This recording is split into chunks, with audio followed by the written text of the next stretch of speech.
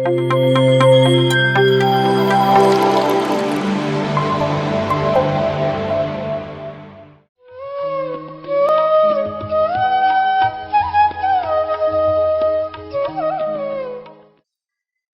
ನಮಸ್ಕಾರ.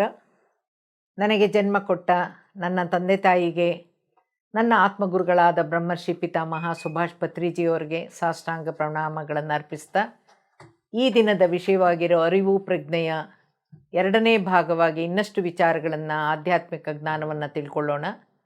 ಅದಕ್ಕೆ ಮುಂಚೆ ನನ್ನ ಹಿಂದಿನ ಸಂಚಿಕೆಯಲ್ಲಿ ಏನು ತಿಳ್ಕೊಂಡ್ವಿ ಅಂತ ನೋಡೋಣ.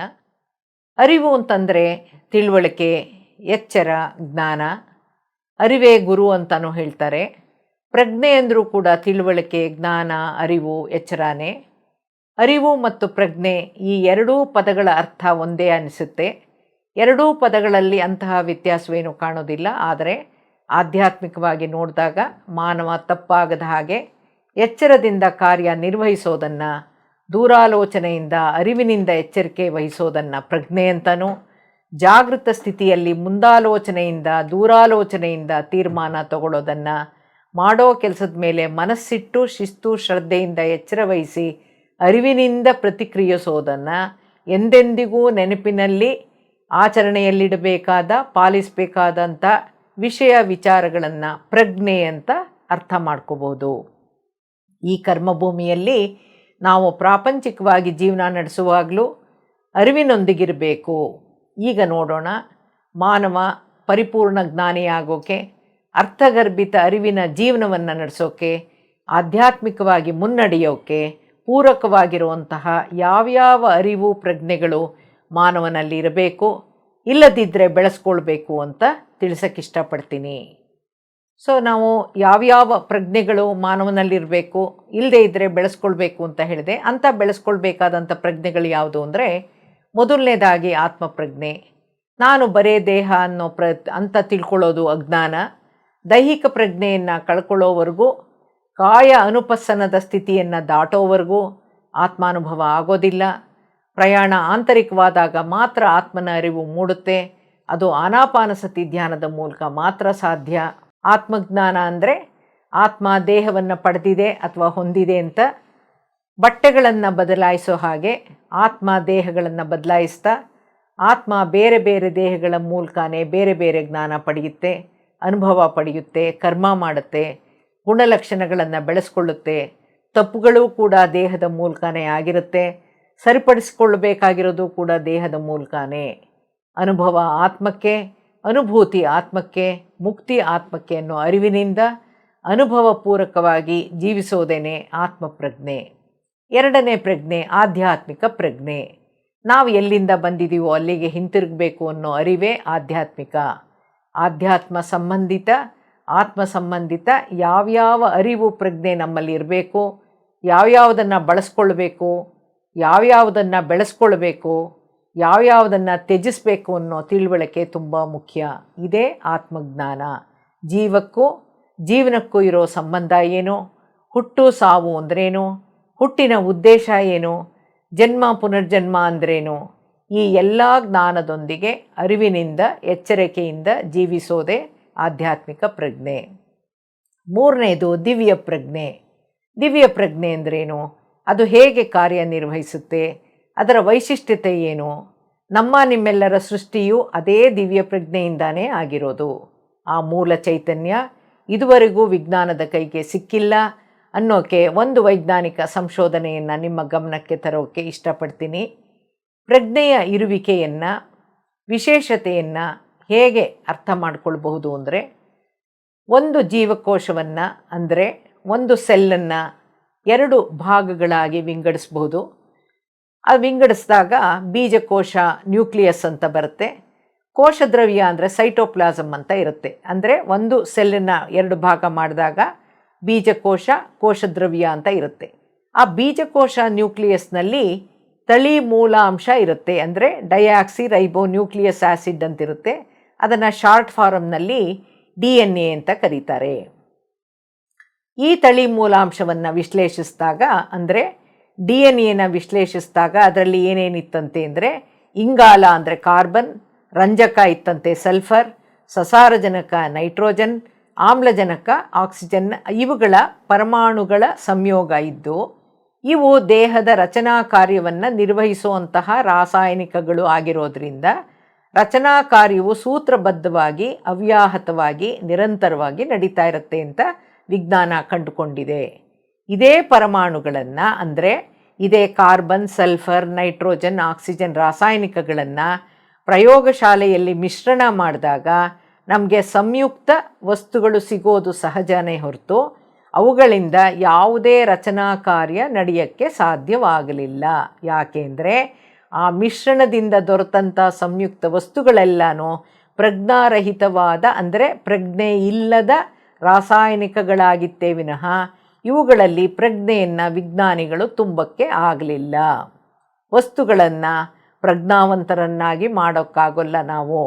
ಪ್ರತಿಯೊಂದು ಜೀವಕೋಶದ ತಳಿ ಮೂಲಾಂಶದಲ್ಲಿ DNA ಪ್ರಜ್ಞೆಯ ಅಂಶ ಇದ್ದರೆ ಮಾತ್ರ ಸ್ವಯಂ ಕಾರ್ಯಾಚರಣೆ ಸಾಧ್ಯ, ಹೊಸ ಜೀವಿಯ ಸೃಷ್ಟಿ ಕಾರ್ಯ ಚಟುವಟಿಕೆಗಳು ಸಾಧ್ಯ, ಬೆಳವಣಿಗೆ ಸಾಧ್ಯ, ಅಂಗಾಂಗಗಳ ರೂಪುಗೊಳ್ಳುವಿಕೆ ಸಾಧ್ಯ.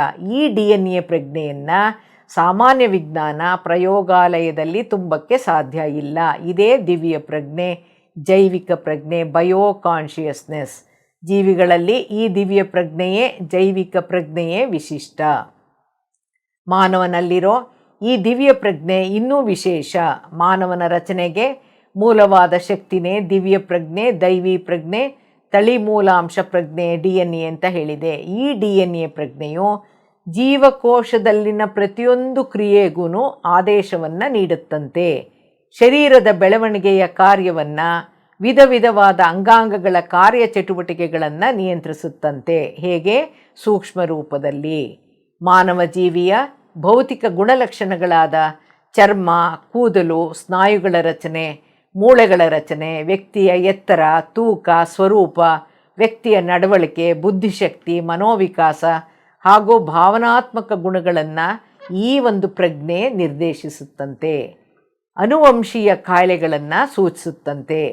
ಪೂರ್ವಜರ ಪಿತೃಗಳ ಪಾಪ ಪುಣ್ಯದ ಕೆಲಸಗಳು, ಫಲಗಳು ಮುಂದಿನ ಪೀಳಿಗೆಗೆ ಹರಿಸುತ್ತಂತೆ.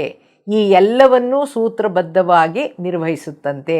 ಈ ಎಲ್ಲ ವಿಚಾರಗಳು, ಸಂಶೋಧನೆಗಳು ನಮಗೆ ತಿಳುವಳಿಕೆಗಳೇ. ಅದೇ ಜ್ಞಾನ, ಅದೇ ಅರಿವು. ಜ್ಯೋತಿಷಿಗಳು ನಿಮ್ಮ ಈಗಿನ ಕಷ್ಟಗಳಿಗೆ ಕಾರಣ ಪಿತೃದೋಷ ಕಾರಣ ಅಂತ ಒಂದು ಸ್ಟೇಟ್ಮೆಂಟ್ ಕೊಟ್ಟಾಕ್ಷಣ ನೀವೇನು ಹೇಳಕ್ಕೆ ಶುರು ಮಾಡ್ತೀರಾ? ನಮ್ಮ ಪಿತೃಗಳು ಮಾಡಿದ ಪಾಪಕೃತ್ಯಗಳ ಫಲವಾಗಿ ನಾವೀಗ ಅನುಭವಿಸ್ತಾ ಇದ್ದೀವಿ ಅಂತ ಅವರನ್ನು ಬೈಕೊಂಡು ಜೀವಿಸ್ತಾ ಇರ್ತೀರ ಅಲ್ವಾ? ನಾವು ಸತ್ತ ಮೇಲೆ ನಮ್ಮ ಪೀಳಿಗೆಗೆ ನಾವೇ ಪಿತೃಗಳು. ನಾವು ಮಾಡಿರೋವಂಥ ದೃಶ್ಯಕೃತ್ಯಗಳ, ಮೋಸ ಅನ್ಯಾಯಗಳ, ನಮ್ಮ ತಪ್ಪು ಒಪ್ಪುಗಳ ಪ್ರಭಾವ ನಮ್ಮ ಪೀಳಿಗೆಗಳ ಮೇಲೇ ಬೀಳುತ್ತೆ ಅನ್ನೋ ಅರಿವು ಮೂಡಿದ ತಕ್ಷಣ ನೀವು ಏನೇ ಮಾಡೋಕ್ಕೆ ಮುಂಚೆ ಜೋಪಾನವಾಗಿ ಮಾಡ್ತೀರ ತಾನೇ. ನನ್ನಿಂದ ಯಾವ ತಪ್ಪು ಆಗಬಾರ್ದು ಅನ್ನೋ ಎಚ್ಚರಿಕೆಯೇ ಪ್ರಜ್ಞೆ. ನೋಡಿದ್ರ ಆ ತಳಿ ಮೂಲಾಂಶ ಪ್ರಜ್ಞೆಗೆ, DNA ಪ್ರಜ್ಞೆಗೆ ಎಂಥ ಜೈವಿಕ ತಾಂತ್ರಿಕತೆ ಇದೆ ಅಂತ. ಪ್ರಯೋಗಾಲಯದ ವಿಜ್ಞಾನವನ್ನು ಮೀರಿದ ಸೂಕ್ಷ್ಮ ಪ್ರಕ್ರಿಯೆಗಳೇ ಆಧ್ಯಾತ್ಮಿಕ. ಈ DNA ಕಾರ್ಯವೈಖರಿ ಬಗ್ಗೆ ಸಾಕಷ್ಟು ಸಂಶೋಧನೆಗಳು ನಡೆದಿದೆ, ಇನ್ನೂ ನಡೀತಾನೇ ಇದೆ. 2017ರಲ್ಲಿ ಹಾರ್ವರ್ಡ್ ಮೆಡಿಕಲ್ ಸ್ಕೂಲ್ ನಡೆಸಿದ ಸಂಶೋಧನೆಯಿಂದ ತಿಳಿದಿರೋದೇನೆಂದರೆ, ಶಿಸ್ತುಬದ್ಧ ಹಾಗೂ ನಿಯಮಿತ ಧ್ಯಾನದಿಂದ ಅಂದರೆ ರೆಗ್ಯುಲರ್ ಆಗಿ ಧ್ಯಾನದಲ್ಲಿ ತೊಡಗೋದ್ರಿಂದ DNA ಸ್ಟ್ರ್ಯಾಂಡ್ಸ್ಗಳಲ್ಲಿ ಬದಲಾವಣೆಗಳು ಕಂಡು ಬರ್ತಾ ಇರೋದ್ರಿಂದ ಅನುವಂಶಿಕವಾಗಿ ಪೀಳಿಗೆಯಿಂದ ಪೀಳಿಗೆಗೆ ಬರುವಂತಹ ದುರ್ಗುಣಗಳಿಗೆ, ಕಾಯಿಲೆಗಳಿಗೆ ಪೂರ್ಣ ವಿರಾಮ ಹಾಕೋಕ್ಕೆ ಸಾಧ್ಯವಾಗಬಹುದು ಅಂತಲೂ ತಿಳಿಸಿದೆ.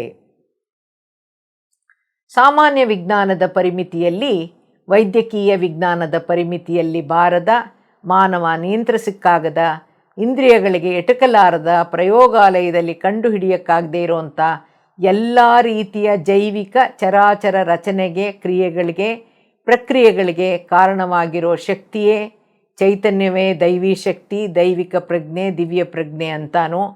ಎಲ್ಲಿ ಇಚ್ಛೆ, ಜ್ಞಾನ, ಕ್ರಿಯೆ ಒಟ್ಟಾಗಿರುತ್ತೋ, ಯಾವಾಗ ಒಟ್ಟಾಗಿ ಕಾರ್ಯ ನಿರ್ವಹಿಸುತ್ತೋ ಅದನ್ನೇ ದಿವ್ಯ ಪ್ರಜ್ಞೆ ಅಂತಲೂ ಆಧ್ಯಾತ್ಮಿಕ ವಿಜ್ಞಾನ ಹೇಳುತ್ತೆ. ಪ್ರಜ್ಞೆ ಇರುವಲ್ಲಿ ಮಾತ್ರ ಇಚ್ಛಾಶಕ್ತಿ ಇರುತ್ತೆ. ಜ್ಞಾನಶಕ್ತಿ ಮತ್ತು ಕ್ರಿಯಾಶಕ್ತಿ ನಿರಂತರವಾಗಿ ಅಸ್ತಿತ್ವದಲ್ಲಿರುತ್ತೆ.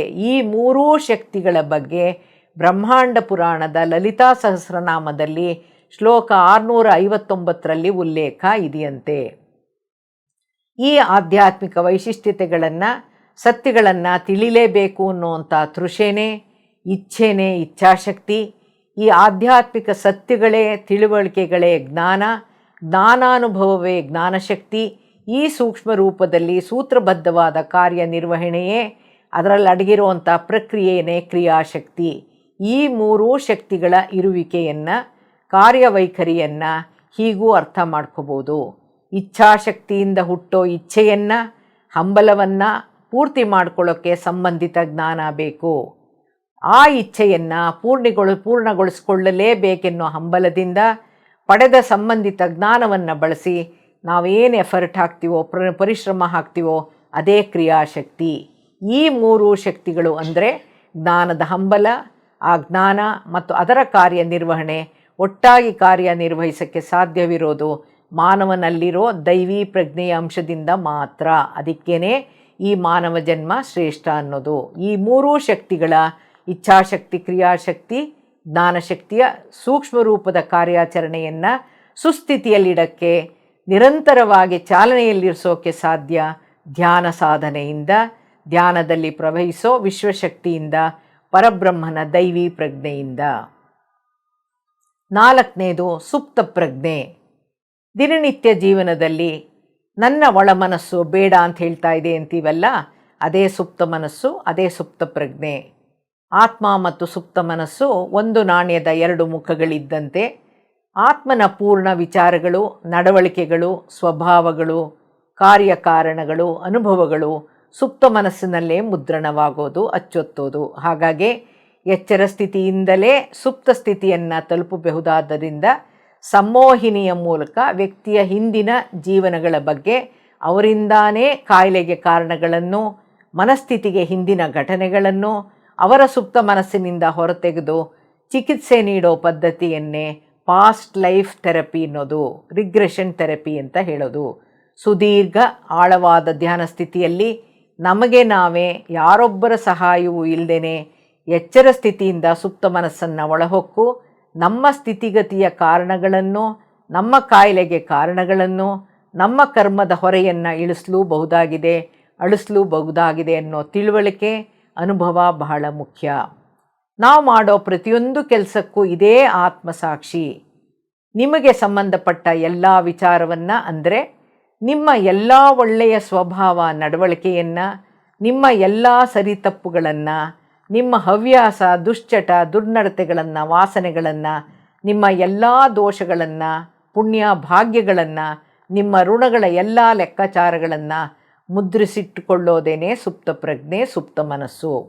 ಇವುಗಳೇ ನಮ್ಮ ಕಾರಣ ಶರೀರದಲ್ಲಿಯೂ ಇರೋದು. ಈ ಸುಪ್ತ ಮನಸ್ಸು ಆತ್ಮದ ಇನ್ನೊಂದು ಭಾಗವಾಗಿದ್ದು, ಆತ್ಮನ ಪೂರ್ಣ ವಿಚಾರಗಳು ಅಲ್ಲಿಂದಲೇ ಲಭ್ಯವಿದ್ದು, ಅವೇ ನಮ್ಮ ಹುಟ್ಟಿಗೆ, ನಮ್ಮ ಸ್ಥಿತಿಗತಿಗೆ ಕಾರಣ.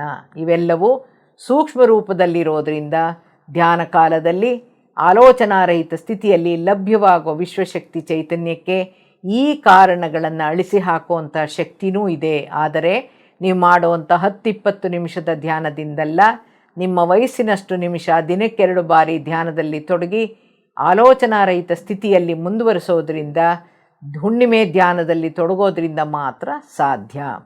ಇನ್ನು 5ನೇ ಪ್ರಜ್ಞೆ ಸಂಸ್ಕಾರ ಪ್ರಜ್ಞೆ. ಆಳವಾದ ಧಾರ್ಮಿಕ ಆಧ್ಯಾತ್ಮಿಕ ಜ್ಞಾನವನ್ನು, ಆಚರಣೆಗಳನ್ನು ಅಭ್ಯಾಸ ಮಾಡಿಸೋದನ್ನು, ತಿಳುವಳಿಕೆ ಕೊಡೋದನ್ನು ಸಂಸ್ಕಾರ ಅಂತಾರೆ. ಉತ್ತಮ ಸಂಸ್ಕಾರದ ಪ್ರಜ್ಞೆಯಿಂದ ಬೆಳೆದಲ್ಲಿ ಮಕ್ಕಳು ಅವರ ವ್ಯಕ್ತಿತ್ವ ಉತ್ತಮಗೊಳ್ಳುತ್ತೆ. ಅವನ ವ್ಯಕ್ತಿತ್ವ ಅವನ ಕುಟುಂಬದ ಸಂಸ್ಕಾರವನ್ನೇ ತೋರಿಸ್ತಾ ಇರುತ್ತೆ. ಇದು ಆತ್ಮ ಸಂಬಂಧಿತ. ಕಲಿತ ಸಂಸ್ಕಾರ ಮುಂದಿನ ಜನ್ಮಕ್ಕೂ ಮುಂದುವರೆದು ಅದೇ ವಾಸನೆ ಎನ್ನಿಸ್ಕೊಳ್ಳುತ್ತೆ. ಕುಟುಂಬದ ಸದಸ್ಯರಲ್ಲಿ, ಮಕ್ಕಳಲ್ಲಿ ಉತ್ತಮ ಗುಣಗಳನ್ನು, ಉತ್ತಮ ಸಂಬಂಧಗಳನ್ನು ಬೆಳೆಸಬೇಕಾಗಿರೋದು, ರೀತಿ ನೀತಿಯ ನಡವಳಿಕೆಯನ್ನು ಹೇಳಿಕೊಡೋದು ಕುಟುಂಬದ ಪೋಷಕರ ಆದ್ಯ ಕರ್ತವ್ಯ. ಮನೆಯೇ ಮೊದಲ ಪಾಠಶಾಲೆ, ತಾಯಿಯೇ ಮೊದಲ ಗುರುವಾದ್ದರಿಂದ ಮಕ್ಕಳ ಮೊದಲ 7 ವರ್ಷಗಳ ಬೆಳವಣಿಗೆ ಬಹಳ ಮುಖ್ಯ. 6ನೇದು ಕೌಟುಂಬಿಕ ಪ್ರಜ್ಞೆ. ವಸುದೈವ ಕುಟುಂಬಕಂ ಅನ್ನುವಂಥ ಮಹಾ ಉಪನಿಷತ್ತಿನ ಸಂಸ್ಕೃತ ನುಡಿಗಟ್ಟು ನಮ್ಮ ಮನಸ್ಸಿನಲ್ಲಿರಬೇಕು. ಹಾಗಂದರೆ ಜಗತ್ತೇ ಒಂದು ಕುಟುಂಬ ಅಂತ, ನಾವು ಮಾತ್ರ ಆರೋಗ್ಯವಾಗಿರಬೇಕು, ನಾವು ಮಾತ್ರ ಮುಕ್ತಿ ಪಡಿಬೇಕು ಅನ್ನೋ ಸ್ವಾರ್ಥ ಮನೋಭಾವ ಇರದೆ ಇಡೀ ಜಗತ್ತು ಅತಿ ಸುಲಭ ಸರಳ ಧ್ಯಾನವನ್ನು ಕಲಿಬೇಕು, ಅದರ ಲಾಭ ಪಡೀಬೇಕು ಅನ್ನುವಂಥ ಮುಕ್ತತೆಯ ಪ್ರಜ್ಞೆ ನಮ್ಮಲ್ಲಿರಬೇಕು. ಉದಾಹರಣೆಗೆ, ನಮ್ಮ ಮನೆಗೆ ತರಕಾರಿ ತಂದುಕೊಡೋರು ಇರ್ಬೋದು, ನಮ್ಮ ಡ್ರೈವರ್ ಇರ್ಬೋದು, ನಮ್ಮ ಮನೆಯಲ್ಲಿ ಕೆಲಸ ಮಾಡೋರು ನಮ್ಮ ಕುಟುಂಬದವರೇ ಅನ್ನೋ ಭಾವನೆ ನಮ್ಮಲ್ಲಿದ್ದು ಇಡೀ ಜಗತ್ತೇ ಒಂದು ಕುಟುಂಬ ಅನ್ನೋ ಭಾವನೆಯಲ್ಲಿ ಎಲ್ಲರ ಯೋಗಕ್ಷೇಮಕ್ಕೆ ಆದ್ಯತೆ ಕೊಡಬೇಕು, ಧ್ಯಾನ ಕಲಿಸ್ಬೇಕು. ಆಗ ಸಾಮಾಜಿಕ ಪ್ರಜ್ಞೆಯೂ ಕೂಡ ಕೆಲಸ ಮಾಡುತ್ತೆ. 7ನೇದು ನೈತಿಕ ಪ್ರಜ್ಞೆ. ಯಾವುದೇ ಕೆಲಸ ಮಾಡೋ ಮುನ್ನ ಮಾಡಬಹುದಾದದ್ದ ಅಥವಾ ಮಾಡಬಾರದ್ದ, ಮಾಡಬೇಕಾ ಬೇಡವಾ, ತಪ್ಪೋ ಸರಿನೋ ಅನ್ನೋವಂಥದ್ದು, ಪಾಪ ಪುಣ್ಯ ಅನ್ನೋ, ಧರ್ಮ ಅಧರ್ಮ ಅನ್ನೋ ಅರಿವು ಪ್ರತಿ ಹಂತದಲ್ಲೂ ಇರಬೇಕಾಗಿರೋದು. ಪ್ರಾಣಿಗೂ ಮನುಷ್ಯನಿಗೂ ಇರೋ ಮೂಲ ವ್ಯತ್ಯಾಸನೇ ಈ ವಿವೇಕ, ನೈತಿಕತೆ.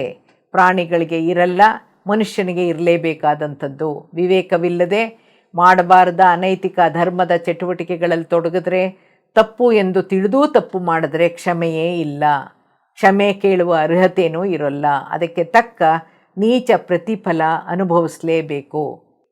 ನೈತಿಕತೆ ಧರ್ಮ ಕರ್ಮ ಅಂತ ಭಾಷಣ ಬಿಗಿಯೋದು ಆಧ್ಯಾತ್ಮಿಕತೆಯೂ ಅಲ್ಲ. ಮಾಡಿದ ನೀಚ ಪಾಪ ಕಾರ್ಯಗಳಿಗೆ ದಾನ ಧರ್ಮ ಪರಿಹಾರನೂ ಅಲ್ಲ. ನೈತಿಕ ಬೋಧನೆ ಮಾಡೋಕ್ಕೆ ಅವನು ಯೋಗ್ಯನೂ ಅಲ್ಲ. ಸತ್ಯ ಧರ್ಮವನ್ನು ತಿಳಿದು ಪರಿಪಾಲನೆ ಮಾಡೋದು, ದೈವಿ ಗುಣಗಳನ್ನು ಬೆಳೆಸ್ಕೊಳ್ಳೋದು, ಸಚ್ಚಾರಿತ್ರ್ಯವನ್ನು ಕಾಪಾಡಿಕೊಳ್ಳೋದು, ನುಡಿದಂತೆ ನಡೆಯೋದು, ನಡೆದಂತೆ ನುಡಿಯೋದು, ಮಾದರಿಯಾಗಿ ಜೀವಿಸೋದು, ಈ ಒಂದು ಆಧ್ಯಾತ್ಮಿಕತೆ, ಇದೇ ನೈತಿಕತೆ, ಇದೇ ಆಧ್ಯಾತ್ಮಿಕತೆ. ನೂರಾರು ಆಧ್ಯಾತ್ಮಿಕ ಗ್ರಂಥಗಳನ್ನು ಓದಿದ್ದೀನಿ ಅಂತ ಕೊಚ್ಕೊಳ್ಳೋನು ಆಧ್ಯಾತ್ಮಿ ಅಲ್ಲ. ಆಧ್ಯಾತ್ಮದ ತಿಳುವಳಿಕೆ, ಪುಸ್ತಕ ಜ್ಞಾನ ಇದ್ದರೆ ಸಾಲದು. ಆ ಅರಿವನ್ನು ಅಳವಡಿಸ್ಕೊಂಡು ಉತ್ತಮ ಮಾನವ ಎನಿಸಿಕೊಳ್ಬೇಕಾಗಿದ್ದರೆ ಮುಖ್ಯವಾಗಿ ಬೇಕಾಗಿರೋದೇ ನೈತಿಕ ಪ್ರಜ್ಞೆಯಾಗಿದ್ದು ಪಾಪಗಳು ಮಾಡದಂತೆ ಎಚ್ಚರಿಸುತ್ತೆ. ನೈತಿಕತೆಯ ಅರಿವಿದ್ರೂ, ನೈತಿಕ ಪ್ರಜ್ಞೆ ಎಚ್ಚರಿಸಿದರೂ ಕೂಡ ಅದನ್ನು ಮೀರಿ ಮೃಗೀಯವಾಗಿ ವರ್ತಿಸಿದ್ರೆ ಅಧೋಗತಿಗಂತೂ ಇಳಿಯೋದು ಖಂಡಿತ. 8ನೇದು ಪಾಪ ಪ್ರಜ್ಞೆ.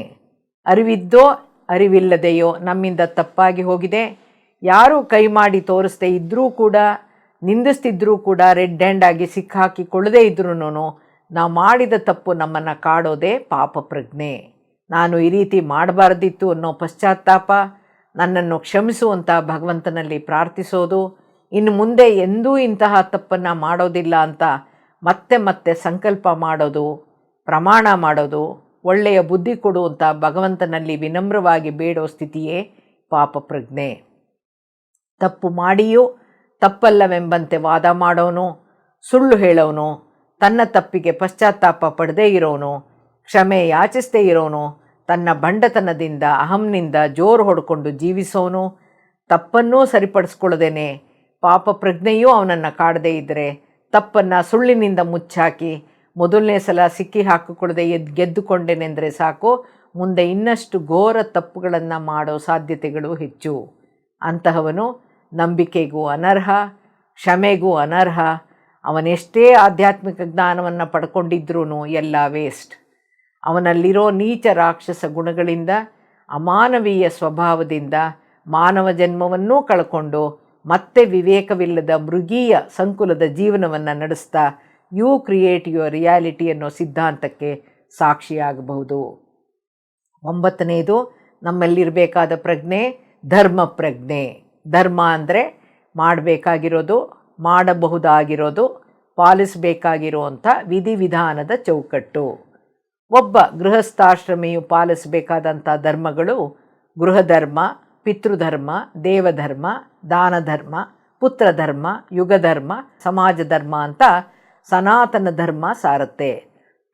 ನಮ್ಮ ಗುರುಗಳಾದ ಪತ್ರಿಸರವರು ನವವಿಧ ಧರ್ಮಗಳಾದ ಧ್ಯಾನ ಧರ್ಮ, ಅಹಿಂಸಾ ಧರ್ಮ, ಮಿತ್ರಧರ್ಮ, ಕರುಣಾಧರ್ಮ, ಶಾಂತಧರ್ಮ, ಆರೋಗ್ಯ ಧರ್ಮ, ಸ್ವಾಧ್ಯಾಯ ಧರ್ಮ, ವಿನಯ ಧರ್ಮ ಹಾಗೂ ದಾನ ಧರ್ಮಗಳನ್ನು ಪಾಲಿಸಬೇಕು ಅಂತ ಅಂದಿದ್ದಾರೆ. ಧರ್ಮವನ್ನು ಬಿಡಬಾರ್ದು, ಧರ್ಮವನ್ನು ಮೀರಬಾರ್ದು, ಧರ್ಮದ ಚೌಕಟ್ಟಿನಲ್ಲೇ ಕುಟುಂಬವನ್ನು ತೆಗೆದುಕೊಂಡು ಹೋಗಬೇಕೆನ್ನುವಂಥ ಜವಾಬ್ದಾರಿ ಆ ಮನೆಯ ಯಜಮಾನನಿಗಿರಬೇಕು. ಮಕ್ಕಳು ಪಾಲಕ ಪೋಷಕರನ್ನು ನೋಡಿ ಕಲಿಯೋದ್ರಿಂದ ನಾನು ಮಾದರಿಯಾಗಿರಬೇಕು ಮಕ್ಕಳಿಗೆ ಅನ್ನೋ ಪ್ರಜ್ಞೆ ತಂದೆಯಾದವನಿಗೆ ಇದ್ದು ನೀತಿಯುತ ಧರ್ಮಯುತ ಚೌಕಟ್ಟಿನಲ್ಲಿ ಜೀವಿಸಬೇಕೇ ಹೊರತು ಅಹಂಕಾರದಿಂದಲ್ಲ. Do not demand respect but command respect ಅನ್ನೋ ರೀತಿಯಲ್ಲಿರಬೇಕು. ಮಕ್ಕಳು ಅವರೇ ನಮಗೆ ಗೌರವ ಕೊಡೋ ಥರ ನಾವು ನಡ್ಕೋಬೇಕು.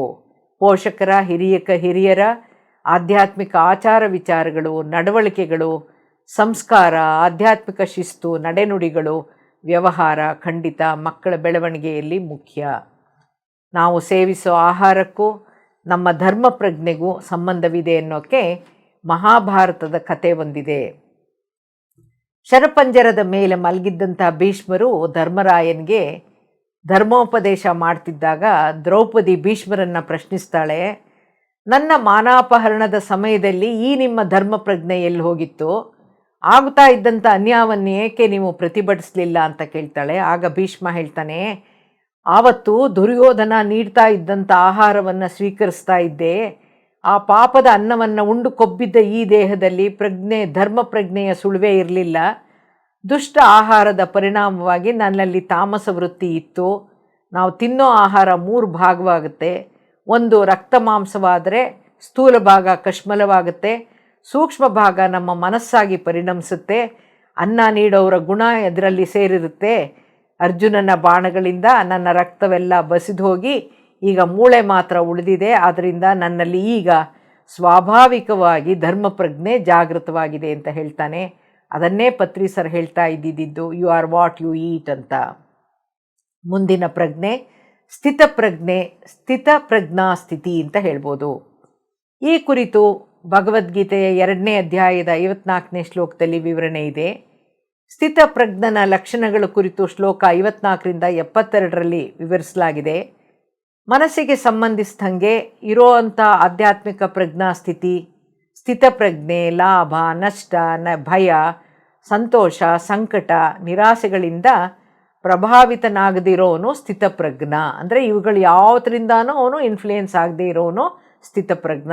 ಇದು ಆಧ್ಯಾತ್ಮಿಕ ಬೆಳವಣಿಗೆ ಹಾಗೂ ಗುಣಸ್ವಭಾವಗಳಲ್ಲಾಗುವಂಥ ಪರಿವರ್ತನೆ. ಅಂದರೆ ಶುದ್ಧವಾಗಿರೋ ಬುದ್ಧಿಯ ಮೂಲಕ ಆತ್ಮನ ಗುಣಲಕ್ಷಣಗಳನ್ನು ಗುರುತಿಸೋದು, ತಿಳಿಯೋದು.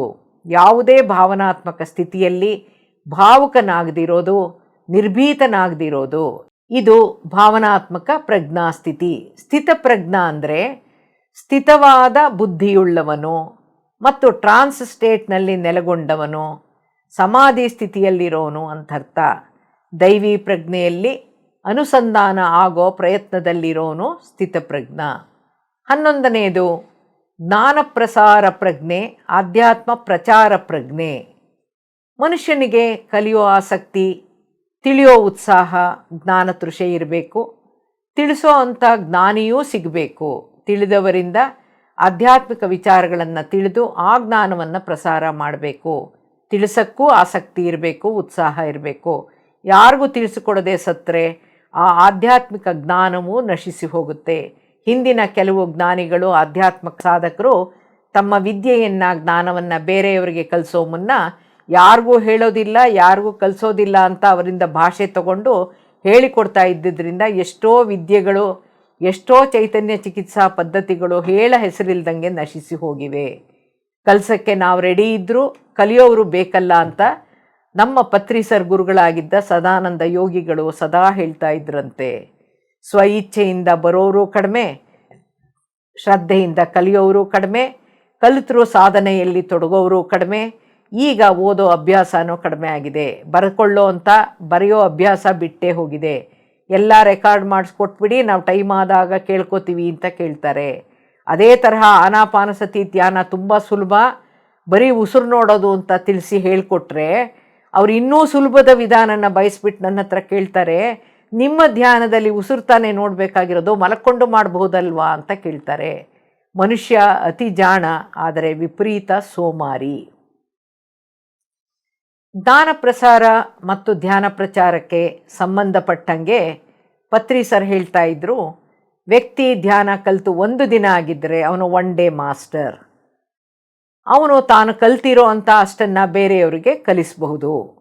A to Z ಕಲಿತ ನಂತರನೇ ಧ್ಯಾನ ಪ್ರಚಾರಕ್ಕೆ ಹೋಗಬೇಕು ಅಂತೇನಿಲ್ಲ.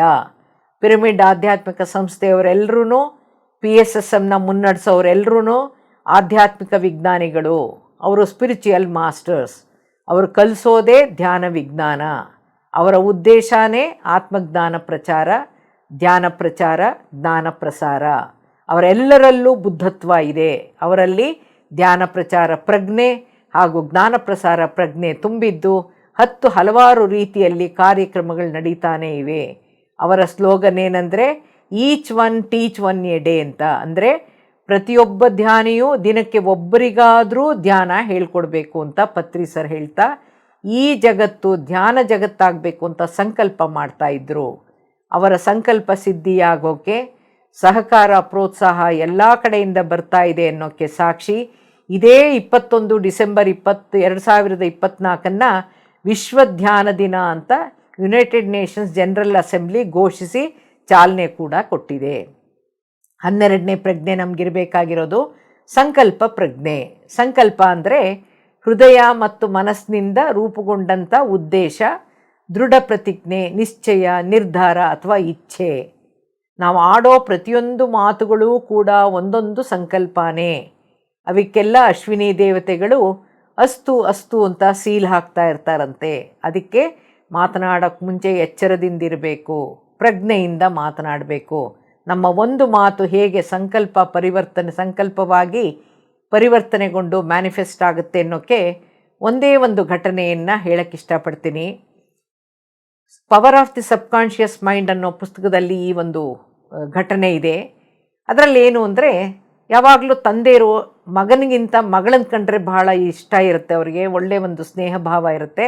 ಅದೇ ಥರ ತಾಯಿಗೂ ಮಗನಿಗೂ ಇರುತ್ತೆ. ಇಲ್ಲಿ ತಂದೆ ಮಗಳ ಮಧ್ಯೆ ನಡೆದಂಥ ಒಂದು ಘಟನೆ. ಮಗಳಿಗೆ ಚರ್ಮದ ಕಾಯಿಲೆ ಇರುತ್ತೆ.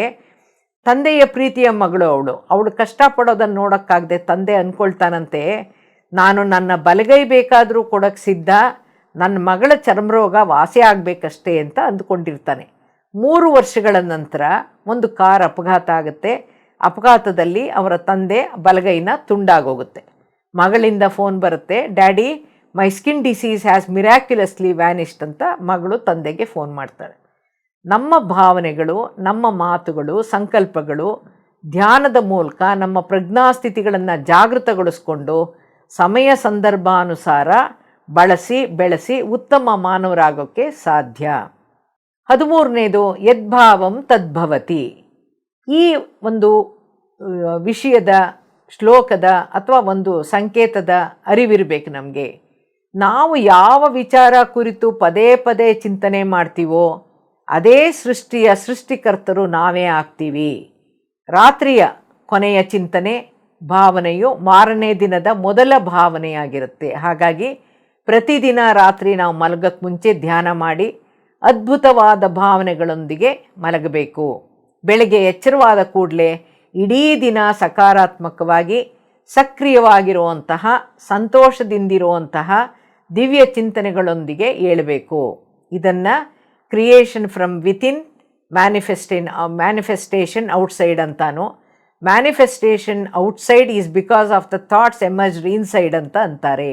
ಅಂದರೆ ವಿ ಕ್ರಿಯೇಟ್ ಅವರ್ ರಿಯಾಲಿಟಿ ಅನ್ನೋ ಪ್ರಜ್ಞೆ ನಮ್ಮಲ್ಲಿ ಇರಬೇಕೇ ಹೊರತು ಭಗವಂತ ಕಷ್ಟ ಕೊಟ್ಟಿದ್ದಾನೆ ಅನ್ನೋದು ನಮ್ಮ ಅಜ್ಞಾನ. 14ನೇ ಪ್ರಜ್ಞೆ ನಮ್ಮಲ್ಲಿ ಇರಬೇಕಾಗಿರೋದು ಪರಿಸರ ಪ್ರಜ್ಞೆ.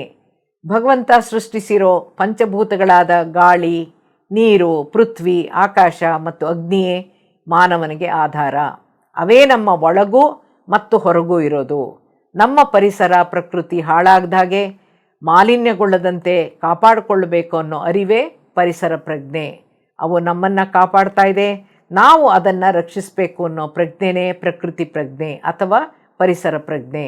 ಪ್ರಕೃತಿಗೆ ವಿರುದ್ಧವಾಗಿ ನಡೆದರೆ, ಪ್ರಕೃತಿಗೆ ಹಾನಿ ಮಾಡಿದರೆ ಪ್ರಕೃತಿನೇ ಮಾನವನಿಗೆ ಪಾಠ ಕಲಿಸುತ್ತೆ ಅನ್ನೋ ತಿಳುವಳಿಕೆಯೇ ಅರಿವು. 15ನೇ ಪ್ರಜ್ಞೆ ನಮ್ಮಲ್ಲಿರಬೇಕಾಗಿರೋದು ಸ್ವಚ್ಛತಾ ಶುಭ್ರತಾ ಪ್ರಜ್ಞೆ. ಕ್ಲೆನ್ಲಿನೆಸ್ ಕಾನ್ಷಿಯಸ್ನೆಸ್ ಅಂತೀವಿ. ದೇಹ ಮತ್ತು ಮನಸ್ಸು ಶುದ್ಧವಾಗಿರಬೇಕು. ದೇಹವೇ ದೇವಾಲಯ ಅನ್ನೋ ಅಂತ ಪರಿಗಣಿಸಿ ಸ್ವಚ್ಛತೆ ಕಾಪಾಡಿಕೊಳ್ಬೇಕು. ಮಾತಿನಲ್ಲಿ ಸತ್ಯತೆ ಇರಬೇಕು, ಶುದ್ಧತೆ ಇರಬೇಕು, ವಾಕ್ಶುದ್ಧಿ ಇರಬೇಕು. ಚಿಂತನೆಯಲ್ಲಿ ಸಕಾರಾತ್ಮಕತೆ ಇರಬೇಕು. Cleanliness is next to godliness ಅಂತ ಹೇಳಿದ್ದಾರೆ ಹಿರಿಯರು.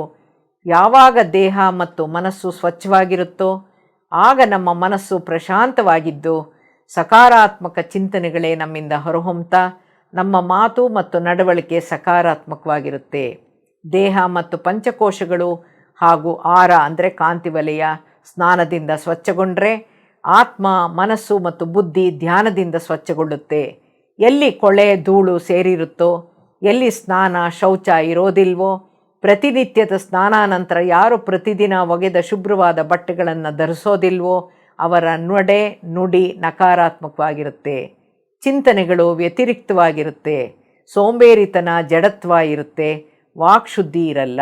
ಅಂತಹವರ ನಕಾರಾತ್ಮಕ ಕಂಪನಗಳು ಅವರಿಗೇ ಮುಳುವಾಗ್ತಾ ವ್ಯಾವಹಾರಿಕವಾಗಿ, ಸಾಮಾಜಿಕವಾಗಿ ಸ್ನೇಹ ಸಂಬಂಧಗಳನ್ನು ಮುರ್ಕೋತಾ ಇರ್ತಾರೆ. ಅವರ ಯಶಸ್ಸಿಗೆ ಅವರ ಕೊಳಕುತನವೇ ಅಡ್ಡಿಪಡಿಸ್ತಾ ಇರುತ್ತೆ. 16ನೇ ಪ್ರಜ್ಞೆ ನಮ್ಮಲ್ಲಿ ಇರಬೇಕಾಗಿರೋದು ಕರ್ತವ್ಯ ಪ್ರಜ್ಞೆ. ನಾವು ಭೂಮಿಗೆ ಬರೋ ಮುನ್ನ ನಮ್ಮ ಹುಟ್ಟನ್ನು, ನಮ್ಮ ಜೀವನವನ್ನು ಡಿಸೈನ್ ಮಾಡಿಕೊಂಡೇ ಬರೋದು. ನಾ ಸೇರೋ ತಾಯಿಯನ್ನು, ನನ್ನ ಕುಟುಂಬದ ಸದಸ್ಯರನ್ನು, ನನ್ನ ಜೀವನದ ಸ್ಥಿತಿಗತಿಗಳನ್ನು ನಾವೇ ಆಯ್ಕೆ ಮಾಡಿಕೊಂಡು ಬರೋದು.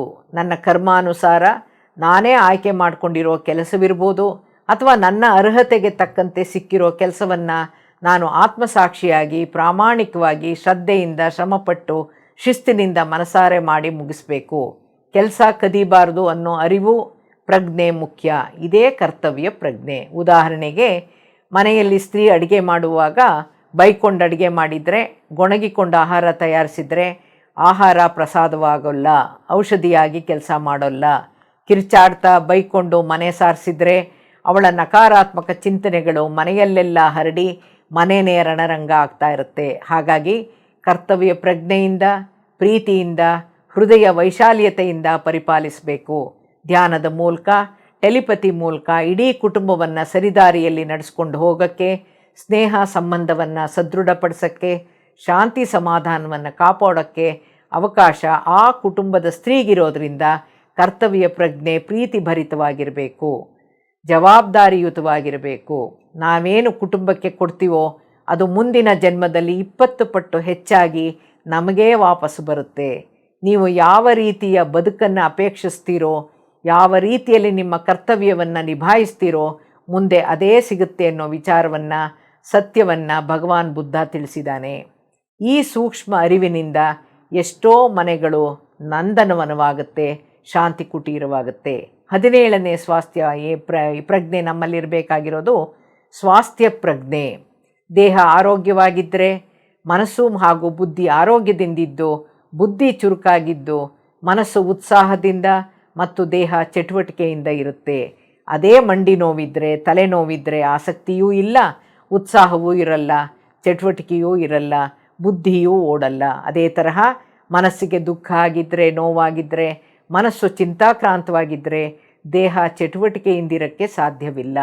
ಅಧ್ಯಾತ್ಮದಲ್ಲೂ ಒಲವು ಇರುವಾಗ, ಸತ್ಸಂಗಗಳಲ್ಲಿ ಭಾಗವಹಿಸೋಕ್ಕೆ ಅವಕಾಶ ದೊರಕಿರುವಾಗ, ಧ್ಯಾನದಲ್ಲಿ ತೊಡಗಿ ಶಾರೀರಿಕ ಮತ್ತು ಮಾನಸಿಕ ಆರೋಗ್ಯವನ್ನು ಕಾಪಾಡಿಕೊಂಡು ಹೆಚ್ಚು ಹೆಚ್ಚು ಆಧ್ಯಾತ್ಮಿಕ ಸಾಧನೆಯಲ್ಲಿ ತೊಡಗಿದಾಗ, ಆಧ್ಯಾತ್ಮಿಕ ಪ್ರಜ್ಞೆ ನಮ್ಮಲ್ಲಿ ಮೂಡಿದಾಗ, ಸತ್ಯಾಸತ್ಯತೆಗಳನ್ನು ತಿಳಿತಾ ಅರಿತಾ ಬಂದಾಗ, ದುರಭ್ಯಾಸಗಳಿಂದ, ದುರಾಚಾರಗಳಿಂದ, ದುಶ್ಚಟಗಳಿಂದ, ದುರ್ನಡತೆಯಿಂದ, ದುಷ್ಟರ ಸಹವಾಸದಿಂದ ದೂರವಿರಕ್ಕೆ ನಮ್ಮಲ್ಲಿರೋ ಪ್ರಜ್ಞೆ ನಮ್ಮನ್ನು ಎಚ್ಚರಿಸುತ್ತೆ.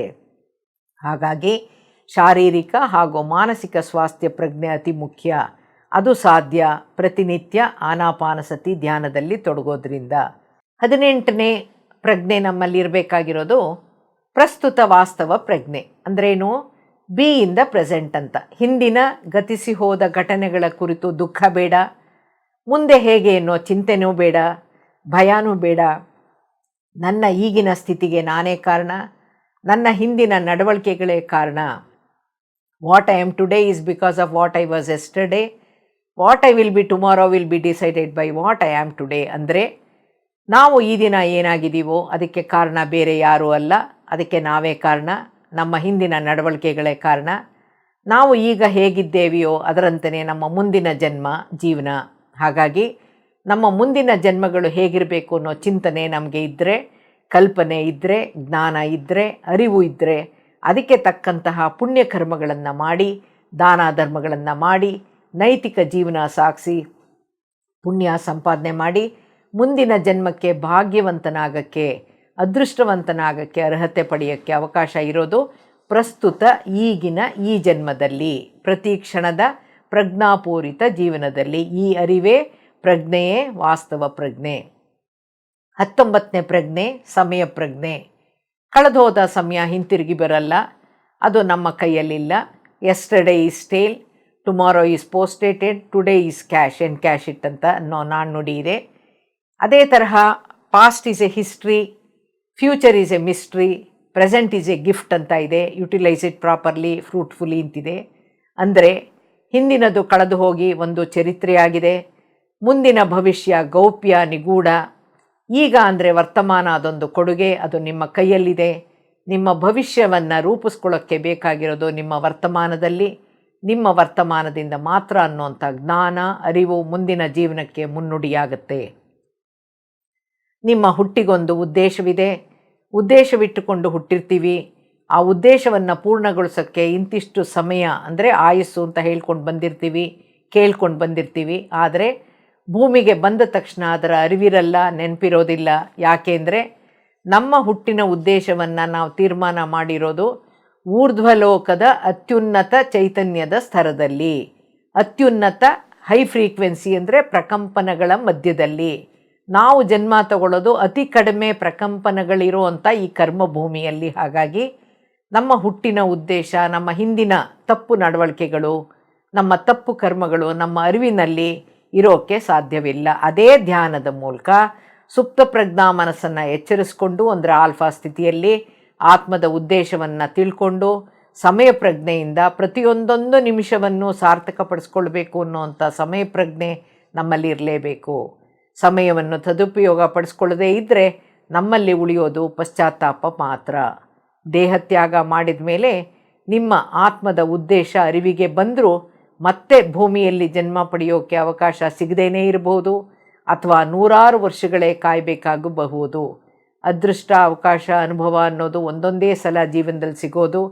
ಸೋಮಾರಿತನದಲ್ಲಿ, ಜಡತ್ವದಲ್ಲಿ, ಅತಿಯಾದ ನಿದ್ರೆಯಿಂದ ಹುಟ್ಟಿರೋದೇ ತಿನ್ನೋಕೆ ಅನ್ನೋ ಥರ ಬರೀ ತಿನ್ನೋದಕ್ಕೆ ಪ್ರಾಮುಖ್ಯತೆ ಕೊಟ್ಟು ಆಧ್ಯಾತ್ಮಿಕ ಸತ್ಯಗಳನ್ನು ತಿಳ್ಕೊಳ್ಳದೆ, ಪರಬ್ರಹ್ಮ ಜ್ಞಾನವನ್ನು ಪಡ್ಕೊಳ್ಳದೆ, ನಮ್ಮ ಜನ್ಮಾಂತರದ ಕರ್ಮಗಳನ್ನು ಸವೆಸ್ತೇನೆ, ಸತ್ಕರ್ಮಗಳ ಮೂಲಕ ಪುಣ್ಯ ಗಳಿಸದೆ ಸಮಯವನ್ನು ಕಳ್ಕೊಂಡ್ರೆ ನಮ್ಮಂಥ ಮೂರ್ಖರು ಯಾರೂ ಇಲ್ಲ. ಇಡೀ ದಿನ ಬರೀ ಬೇಯಿಸು, ತಿನ್ನು, ತೊಳಿ, ಬಳಿ ಅಂತ ಕಾಲ ಕಳೀತಾ ಇದ್ದರೆ ಇಡೀ ಜೀವನದಲ್ಲಿ ನಿಮಗಾಗಿ, ನಿಮ್ಮ ಆತ್ಮದ ಅಭಿವೃದ್ಧಿಗಾಗಿ ಏನು ಮಾಡ್ತಾ ಇದ್ದೀರಿ? ಇನ್ನು ಮುಂದೆಯಾದರೂ ನೀವು ನಿಮಗಾಗಿ 24 ಗಂಟೆಗಳಲ್ಲಿ ಪ್ರತಿಯೊಬ್ಬರೂ ಕೂಡ 2-3 ಗಂಟೆಗಳನ್ನಾದರೂ ಧ್ಯಾನಕ್ಕಾಗಿ, ಸತ್ಸಂಗ, ಸ್ವಾಧ್ಯಾಯಕ್ಕಾಗಿ ಮುಡುಪಾಗಿಟ್ಟು ಉಳಿದಿರೋ ಕಾಲಾವಕಾಶದಲ್ಲಿ ಜೀವನವನ್ನು ಸಾರ್ಥಕಪಡಿಸಿಕೊಳ್ಳೋದು ಜಾಣತನ. ಇದೇ ಸಮಯ ಪ್ರಜ್ಞೆ. 20ನೇ ಪ್ರಜ್ಞೆ ಯಾವುದು ನಾವು ಕಲಿಬೇಕಿರೋದು? ನಿಸ್ವಾರ್ಥ ಪ್ರಜ್ಞೆ. ಧ್ಯಾನ ಮತ್ತು ಜ್ಞಾನ ಯಾರ ಸೊತ್ತು ಅಲ್ಲ. ಅವಕಾಶ ಸಿಕ್ಕಾಗ ನಿಸ್ವಾರ್ಥವಾಗಿ ಧ್ಯಾನ ಮತ್ತು ಜ್ಞಾನವನ್ನು ಹಂಚೋ ಮನಸ್ಸಿರಬೇಕು. ಯಾರಿಂದ ನನಗೇನು ಸಿಗುತ್ತೆ, ನನಗೇನು ಲಾಭ ಅಂತ ಲೆಕ್ಕ ಹಾಕದೇನೆ ವ್ಯಕ್ತಿ ಯಾರಾದರೂ ಆಗಿರಲಿ ಅವರಿಗೆ ಧ್ಯಾನ ಹೇಳ್ಕೊಡ್ಬೇಕು. ಇತರರ ಏಳಿಗೆಗೆ ನಾವು ಕಾರಣರಾಗಬೇಕು. ನೀನು ಧ್ಯಾನ ಮಾಡೋಕ್ಕಿಂತ ಬೇರೆಯವ್ರಿಗೆ ಧ್ಯಾನ ಹೇಳಿಕೊಟ್ಟು ಅವರ ಆರೋಗ್ಯ ಸರಿ ಹೋದರೆ ಅದರ ಪುಣ್ಯ ನಿಮಗೆ, ನಿನ್ನ ಕರ್ಮ ಅಂತಾನೇ ಕಳೆಯುತ್ತೆ ಅಂತಾನೆ ಪತ್ರಿ ಸರ್ ನನಗೆ ಹೇಳ್ತಾ ಇದ್ರು. ಇದೇ ನಿಸ್ವಾರ್ಥ ಪ್ರಜ್ಞೆ.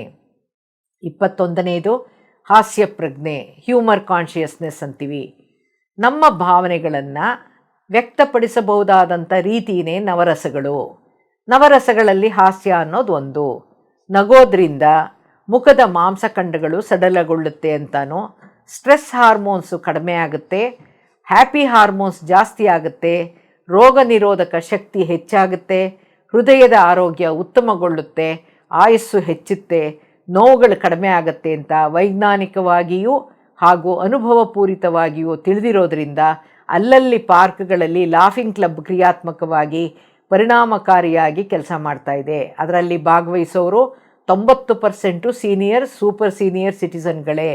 ಮನೆಗಳಲ್ಲಂತೂ ಅವರನ್ನು ಯಾರು ಕೇಳೋರಿಲ್ಲ, ಕೇರ್ ಮಾಡೋರಿಲ್ಲ, ನಗಿಸೋದಿರಲಿ ಮಾತನಾಡಿಸೋರೇ ಇರಲ್ಲ. ಅವರುಗಳನ್ನು ಧ್ಯಾನಕ್ಕೆ ಕರೆದರೂ ಬರಲ್ಲ. ಧ್ಯಾನನೂ ಮಾಡಿ ಸತ್ಸಂಗದಲ್ಲೂ ಭಾಗವಹಿಸಿ ಅಜ್ಞಾನದಿಂದ ಹೊರಬಂದು ನಗೆಕೂಟದಲ್ಲೂ ಭಾಗವಹಿಸಿ ನಕ್ಕು ನಲಿದು ಹಾಸ್ಯ ಪ್ರಜ್ಞೆ ಮೂಡಿಸ್ಕೊಂಡ್ರೆ ಅವರಿಗೆ ಒಳ್ಳೆಯದು. 22ನೇ ಪ್ರಜ್ಞೆ ಅನಾಥ ಪ್ರಜ್ಞೆ.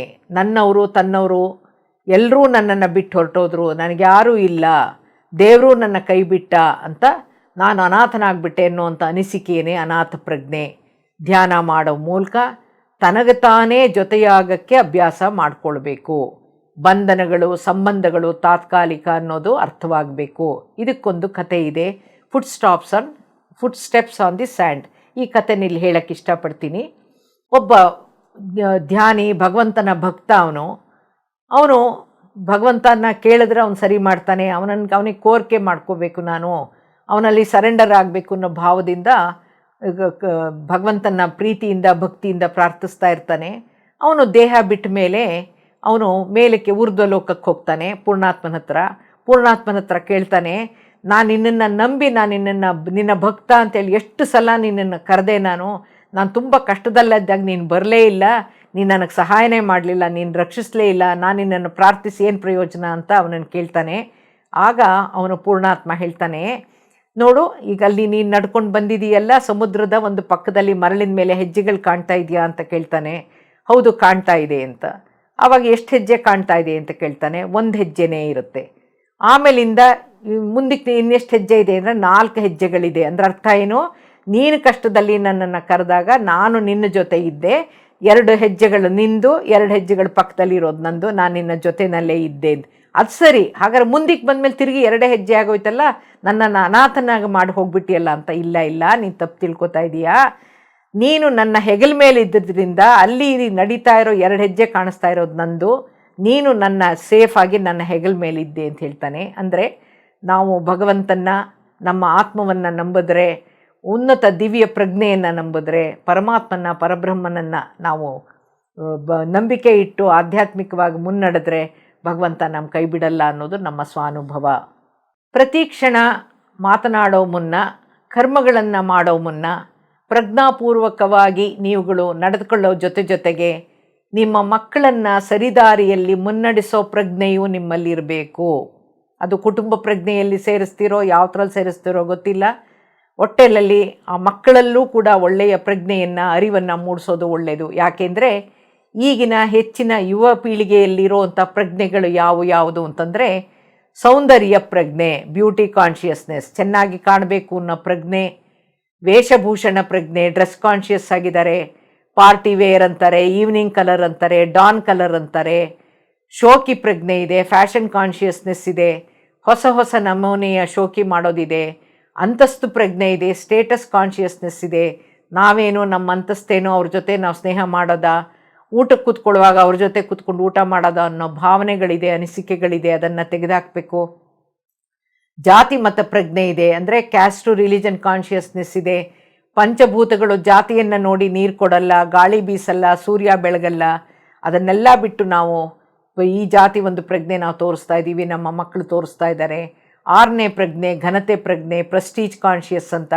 ಕಾರ್ನಲ್ಲಿ ಶಾಪ್ಗೆ ಡ್ರಾಪ್ ತಗೊಳ್ಳೋದು, ಆ ತಟ್ಟೆಯಲ್ಲೇ ಕೈ ತೊಳೆಯೋದು, ಅಪ್ಪನ ಹುದ್ದೆ ಹೆಸರನ್ನು ಬಳಸಿ ಬರೀ ಇಂಗ್ಲೀಷ್ನಲ್ಲೇ ಸ್ಟೈಲಾಗಿ ಲೈಕ್ ಅನ್ನೋದು, ಆಸಮ್ ಅನ್ನೋದು, ಓ ಮೈ ಗಾಡ್ ಅನ್ನೋದು, ಐ ಮೀನ್ ಅನ್ನೋದು, ಐ ಬೆಗ್ ಯುವರ್ ಪಾರ್ಡನ್ ಅನ್ನೋದು, ಯಾ ಅನ್ನೋದು, ಆ ಥರ ಸ್ಟೈಲ್ ಹೊಡೆಯೋದು, ನಾನು ಯಾರ ಮಗ ಗೊತ್ತಾ ಅಂತ ಎಲ್ರಿಗೂ ಹೆದರಿಸೋದು, ಕೈ ಚೀಲದಲ್ಲಿ ಸಾಮಾನುಗಳನ್ನು ತರೋದಾಗಲಿ, ಕೈ ಚೀಲ ಹಿಡಿದು ಸಮಾರಂಭಕ್ಕೆ ಹೋಗೋದಾದರೆ ಅವಮಾನ ಮರ್ಯಾದೆ ಕಡಿಮೆ ಅಂತ ಹೇಳೋದು, ಇವೆಲ್ಲ ನಡೀತಾ ಇದೆ ಈಗಿನ ಮಕ್ಕಳಲ್ಲಿ. ಮುಂದಿಂದು ಸೆಲ್ಫ್ ಅಟ್ರಾಕ್ಷನ್ ಕಾನ್ಷಿಯಸ್ ಅಂತ, ಎಲ್ಲರೂ ನನ್ನನ್ನೇ ನೋಡಬೇಕು ಅಂತ, ಅದನ್ನು ನಾವು JTA ಅಂತ ಕರಿತೀವಿ, ಜಸ್ಟ್ ಟು ಅಟ್ರ್ಯಾಕ್ಟ್ ಅಂತ ಅನ್ನೋ ಆಸೆ ಮಕ್ಕಳಲ್ಲಿ ತುಂಬ ಇದೆ. ಹಾಗಾಗಿ ಶೋಕಿ ಮಾಡೋದು, ಮೇಕಪ್ ಮಾಡ್ಕೊಳ್ಳೋದು, ಹೈ ಹೀಲ್ಸ್ ಚಪ್ಪಲಿ ಹಾಕ್ಕೊಳ್ಳೋದು, ಈಗಿನ ಉಡುಪನ್ನು ನೋಡಿದ್ರೇ ಎಲ್ಲರ ಗಮನ ಸೆಳೆಯುವಂಥ ಒಂದು ಪ್ರಜ್ಞೆ ಎಲ್ಲರಲ್ಲೂ ಮೂಡಿದೆ. ಜೊತೆಗೆ ಇನ್ನೊಂದು ಪ್ರಜ್ಞೆ ಇರೋದು ಬೆಲೆ ಮೌಲ್ಯ ಪ್ರಜ್ಞೆ ಅಂತ, ಕಾಸ್ಟ್ ಕಾನ್ಷಿಯಸ್ನೆಸ್. ಸ್ಕೂಲ್ ಬ್ಯಾಗ್ಸು ಕೂಡ ಬ್ರ್ಯಾಂಡೆಡ್ಡೇ ಬೇಕು ಅಂತ ಕೇಳೋರಿದ್ದಾರೆ. ಹೆಚ್ಚು ಬೆಲೆಯ ಉಡುಪುಗಳನ್ನು ಧರಿಸ್ಬೇಕು, ಮೆರೆಯೋದು, ಕಡಿಮೆ ಬೆಲೆ ಬಟ್ಟೆ ಹಾಕ್ಕೊಳ್ಳೋದು, ಕಡಿಮೆ ದುಡ್ಡಿರೋವಂಥ ಸ್ಕೂಲ್ ಬ್ಯಾಗ್ ತೊಗೊಂಡು ಹೋಗೋದು, ಮರ್ಯಾದೆ ಕಡಿಮೆ ಅನಿಸುವಿಕೆ ಅನ್ನೋದು ಇಂದಿನ ಮಕ್ಕಳಲ್ಲಿದೆ. ಬ್ರ್ಯಾಂಡ್ ಕಾನ್ಷಿಯಸ್ನೆಸ್ ಕೂಡ ಇದೆ. ಹೆಚ್ಚು ದುಡ್ಡು ಕೊಟ್ಟು ಬ್ರ್ಯಾಂಡೆಡ್ ಪದಾರ್ಥಗಳನ್ನೇ ಕೊಳ್ಳೋದು, ಬಳಸೋದು, ಕಡಿಮೆ ಬೆರೆಯೋದು ಅಥವಾ ಲೋಕಲ್ ಬಳಸಿದ್ರೆ ಮರ್ಯಾದೆಗೆ ಕಡಿಮೆ ಅನ್ನೋ ಫೀಲಿಂಗ್ ಇದೆ. ಈಗಿನ ಯುವ ಪೀಳಿಗೆಗೆ ಬಡತನ ಅಂದ್ರೇನು ಅಂತ ಗೊತ್ತಿಲ್ಲ ಅನಿಸುತ್ತೆ. ಈ ಯುವ ಪೀಳಿಗೆಯಲ್ಲಿರೋ ಗುಣಸ್ವಭಾವಗಳು, ಅರಿವು ಪ್ರಜ್ಞೆಗಳು ಯಾಕೆ ಈ ರೀತಿಯದ್ದಾಗಿದೆ ಅಂದರೆ, ಹೆಚ್ಚಿನ ಕುಟುಂಬಗಳಲ್ಲಿ ಜೀವನ ಶೈಲಿಯಲ್ಲಿ, ಸಂಪಾದನೆಯಲ್ಲಿ, ಕುಟುಂಬದ ರಚನೆಯಲ್ಲಿ ಆಗಿರುವಂಥ ವ್ಯತ್ಯಾಸಗಳು ಹಾಗೂ ಇಂದಿನ ಮಕ್ಕಳಿಗೆ ನೀಡಲಾಗ್ತಿರುವಂಥ ಅತಿಯಾದ ಸ್ವಾತಂತ್ರ್ಯ, ಒದಗಿಸಿರುವಂಥ ಆಹಾರ ವಿಹಾರದ ಆಯ್ಕೆ ಹಾಗೂ ಲಭ್ಯವಾಗಿರುವಂಥ ಸೋಷಿಯಲ್ ಮೀಡಿಯಾಗಳು ಹಾಗೂ ಅವಕಾಶಗಳು. ಅವರಿಗೆ ಹಸುವಿನ ಬೆಲೆ ಗೊತ್ತಿಲ್ಲ, ದುಡ್ಡಿನ ಬೆಲೆ ಗೊತ್ತಿಲ್ಲ, ಕುಟುಂಬದ ಹಿರಿಯರು ಹೇಗೆ ಜೀವಿಸಿದ್ದಾರೆ, ಅವ್ರು ಜೀವಿಸಿರೋ ವಿಧಾನ ಹೇಗೆ, ಆಸ್ತಿಗಳನ್ನು ಎಷ್ಟು ಕಷ್ಟಪಟ್ಟು ಮಾಡಿದ್ದಾರೆ ಅನ್ನೋದು ಅವ್ರಿಗೆ ಗೊತ್ತಿಲ್ಲ. ಅವರ ಯಾವುದೇ ಸಲಹೆ ಮತ್ತು ಉಪದೇಶಗಳನ್ನು ಕೇಳೋಕ್ಕೆ ಸಿದ್ಧರಿಲ್ಲ ಇವತ್ತಿನ ಮಕ್ಕಳು ಮೊಮ್ಮಕ್ಕಳು. ಅವರಿಗೆ ಬೇಕಾದಂತೆ ಜೀವನ ನಡೆಸ್ತಿರೋದು ಸರ್ವೇ ಸಾಮಾನ್ಯವಾಗಿದೆ. ಜೀವನ ಅನ್ನೋ ಪದದ ಅರ್ಥನೇ ಬದಲಾಗಿದೆ, ಸಂಪೂರ್ಣವಾಗಿ ಲೌಕಿಕವಾಗಿದ್ದು ಆಧ್ಯಾತ್ಮಿಕ ಮೆರುಗೇ ಇಲ್ಲದಂತಾಗಿದೆ. ಮಕ್ಕಳಲ್ಲಿ ಜೀವನ ಮೌಲ್ಯಗಳನ್ನು ಮೂಡಿಸೋದು ಅತ್ಯವಶ್ಯಕ ಹಾಗೂ ಪ್ರಜ್ಞಾಪೂರಿತ ಜೀವನ ಮೌಲ್ಯಗಳು ಎಂದಿಗೂ ಮಕ್ಕಳಲ್ಲಿ ಬೆಳಿಬೇಕು. ಜೀವನ ಅನ್ನೋ ಪದದ ಅರ್ಥನೇ ಬದಲಾಗಿದೆ, ಸಂಪೂರ್ಣವಾಗಿ ಲೌಕಿಕವಾಗಿದ್ದು ಆಧ್ಯಾತ್ಮಿಕ ಮೆರುಗೇ ಇಲ್ಲದಂತಾಗಿದೆ. ಮಕ್ಕಳಲ್ಲಿ ಜೀವನ ಮೌಲ್ಯಗಳನ್ನು ಮೂಡಿಸೋದು ಅತ್ಯವಶ್ಯಕ ಹಾಗೂ ಪ್ರಜ್ಞಾಪೂರಿತ ಜೀವನ ಮೌಲ್ಯಗಳು ಎಂದಿಗೂ ಶಾಶ್ವತ. ಆಧ್ಯಾತ್ಮಿಕ ಅರಿವು ಪ್ರಜ್ಞೆಗಳನ್ನು ಮಕ್ಕಳಿರುವಾಗಲಿಂದಲೇ ಮೂಡಿಸೋದು ಒಳ್ಳೆಯದು. ಮಕ್ಕಳಿಗೆ ಚಿಕ್ಕಂದಿನಿಂದಲೇ ಆಚಾರ ವಿಚಾರ, ಸಂಸ್ಕಾರ, ನೈತಿಕತೆ, ಪ್ರಜ್ಞೆ ಬಗ್ಗೆ ತಿಳಿ ಹೇಳಿದರೆ, ಧ್ಯಾನದಲ್ಲಿ ತೊಡಗಿಸಿದ್ದೇ ಆದಲ್ಲಿ ಉತ್ತಮ ವ್ಯಕ್ತಿ ಆಗೋದಂತೂ ಖಚಿತ. ಆಧ್ಯಾತ್ಮ ಹೇಗೆ ಅಂದರೆ, ಒಂದು ಕಡೆ ವಿಷಯ ಹೊಸದು, ಇನ್ನೊಂದು ಕಡೆ ಕೇಳಿಸ್ಕೊಂಡಾಗ ಎಲ್ಲವೂ ಅರ್ಥವಾದಂತೆ ಇರುತ್ತೆ. ನೆನಪಿಸ್ಕೊಳ್ಳೋಕ್ಕೆ ಹೋದರೆ ನೆನಪೇ ಬರೋಲ್ಲ, ಪದಗಳೇ ಹೊರಡಲ್ಲ. ತುಂಬ ಚೆನ್ನಾಗಿತ್ತು ಅಂತನೋ ಹೊಸ ವಿಚಾರ ಅಂತನೋ ಹೇಳ್ತೀವಿ ಹೊರತು ಬರ್ಕೊಳ್ಳೋದು ಇಲ್ಲ, ಕಲಿಯೋದು ಇಲ್ಲ, ಮನನ ಮಾಡೋದು ಇಲ್ಲ, ಅಳವಡಿಸಿಕೊಳ್ಳೋದಂತೂ ಮೊದಲೇ ಇಲ್ಲ. ಅವುಗಳ ಬಗ್ಗೆ ಹೆಚ್ಚೆಚ್ಚು ತಿಳ್ಕೋಬೇಕು ಅನ್ನೋ ಉತ್ಸಾಹನೂ ಎಲ್ಲರಲ್ಲಿ ಇರಲ್ಲ. ಕಲ್ತಿರೋ ಧ್ಯಾನನೇ ರಾತ್ರಿ ಅಭ್ಯಾಸ ಮಾಡ್ತೀನಿ ಅಂತ ಬೆಳಗ್ಗೆ ಮಾಡಲ್ಲ, ಬೆಳಗ್ಗೆ ಬೇಗೆದ್ದು ಮಾಡ್ತೀನಿ ಅಂತ ರಾತ್ರಿ ಮಾಡಲ್ಲ. ಮುಂದೂಡೋದು ಮಾನವನ ಸಹಜ ಗುಣ ಅಲ್ವಾ?